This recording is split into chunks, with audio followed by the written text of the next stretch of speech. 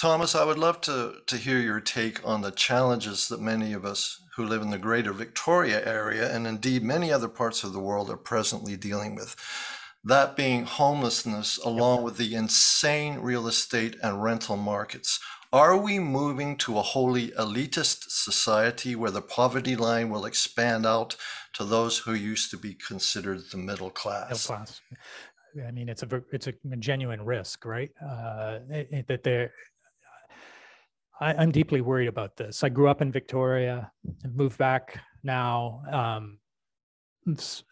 Much of the city that I knew in the 1960s still exists, but it's also radically changed, and I would say in most respects not changed for the better.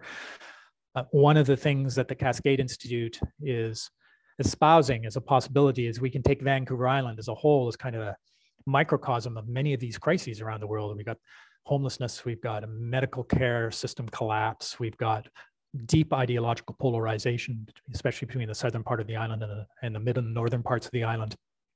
Very serious climate impacts, resource communities in terrible trouble, major in-migration that's causing disruption, housing that is insanely expensive and getting worse. I mean, we got it all in some ways here, and so one of the things the Cascade Institute is proposing is that we treat this as kind of a test bed. And for some of the projects and ideas that the Cascade Institute identifies, actually seeing how they can affect change on Vancouver Island. But to your question directly, yes, I think that's a genuine possibility that we are seeing a very, very rapid widening of economic gaps, an exclusion of significant segments of the population from the possibility of owning a home, of having physical security.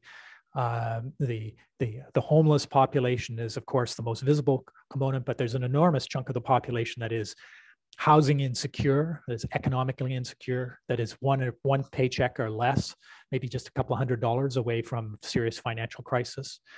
And they can't get adequate medical care because there are no GPs, because the GPs are unable to afford their own homes here, so they don't come here. And there's, it's actually a really classic systems problem. I mean, one of the things that happened here is we had a pandemic, and as everybody knows, and the government did something that most people supported. They pumped enormous quantities of money into the system, monetary expansion and fiscal liquidity, which was great. It kept businesses from going bankrupt and allowed people to pay their rents and stuff like that. But anybody who knows economics knows that if you expand the money supply really fast, and especially if you have supply side problems on in terms of production, you're going to get massive inflation. And now inflation has come along, and a lot of that liquidity has been pumped into equity, it's been pumped into stock market prices, and especially property prices. And so that's widening the economic inequality.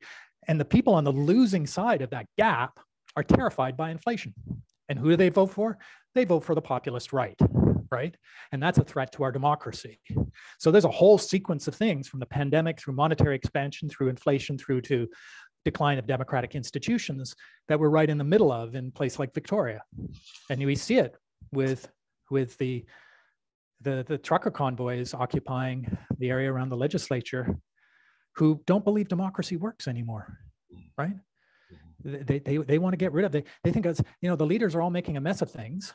The leaders are clearly out of their depth. I mean, on the healthcare thing, they're just, on the other hand, I'm not sure if any one of us were in those positions, we'd do any better job, because these problems are so complex and intertwined systemically now. So yeah, that's a real problem. And I guess I would say, and I hate to say this, it's not going to get better before it breaks. There's going to be some breakage in the system. It's a concept that I introduced in my previous book, 2006, The Upside of Down.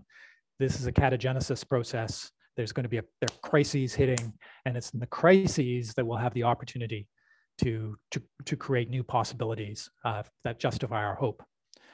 But it's as I said at the beginning, this is going to be messy, folks. There's no way out of it now.